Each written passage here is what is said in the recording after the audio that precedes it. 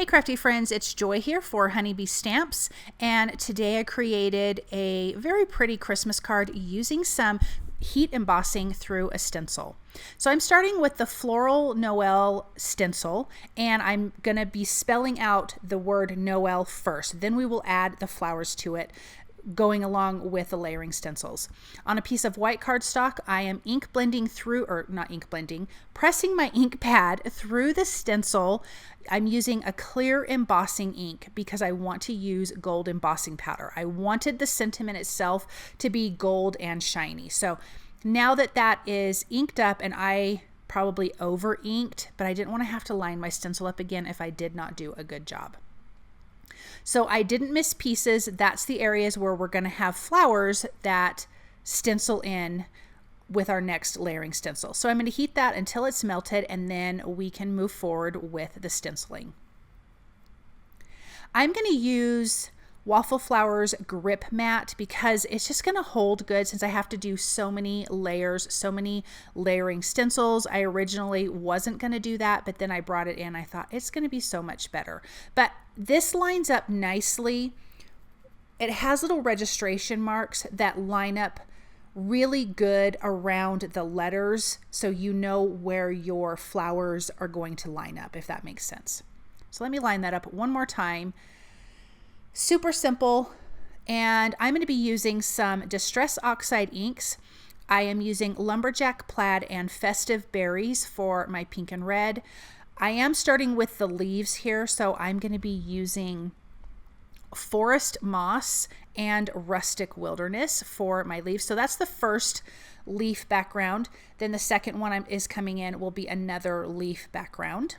So the second one I will use Rustic Wilderness.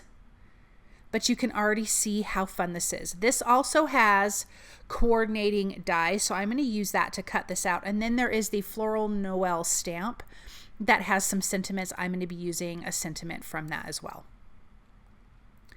So that was the second leaf stencil. Let's bring in the flowers. So each of these stencils at the top is labeled what it is, and I don't know that it matters so much in what order you do it.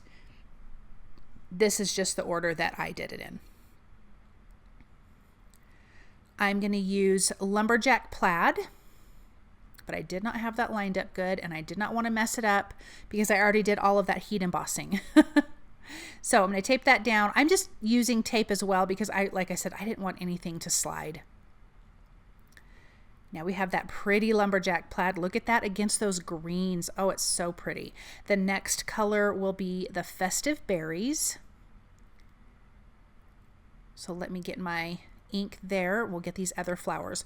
Then the final stencil is going to be for the centers of the flowers. And I decided that I wanted to do some gold heat embossing for that. So I prepped it with a powder tool. I did not prep it enough, and I did not leave it long enough to dry. So even though I prepped it with an anti-static powder tool, I'm inking it, ink blending it again with that clear embossing ink.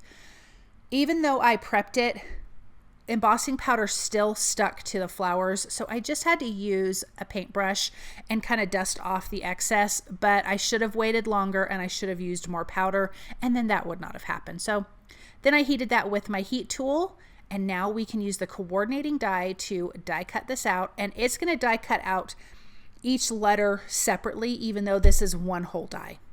And there is a banner stencil that goes to this, but I didn't want to use the banner. I'm not a banner person, so I didn't do that. Now for the background, I'm ink blending with Peeled Paint Distress Oxide ink.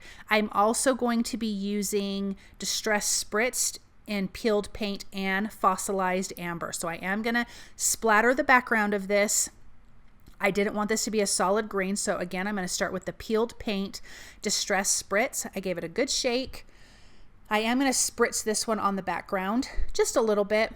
And the Fossilized Amber, I'm going to take the lid off and splatter it that way. So I'm not going to press down and spritz it.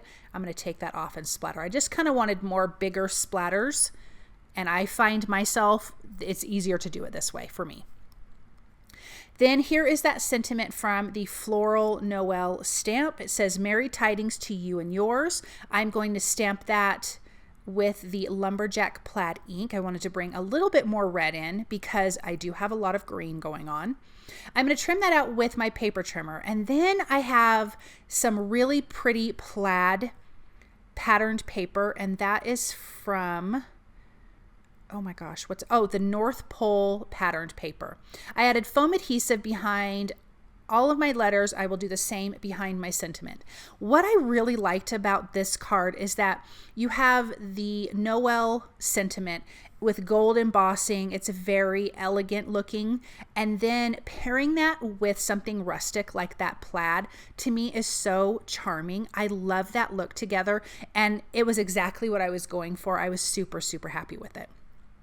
Now I'm using some splatter white. It's a white watercolor from Spellbinders, and I'm going to splatter this whole background. I didn't want any on my plaid background, but I did want white on here. It actually is really nice. It breaks up that whole green background and just adds a little something extra.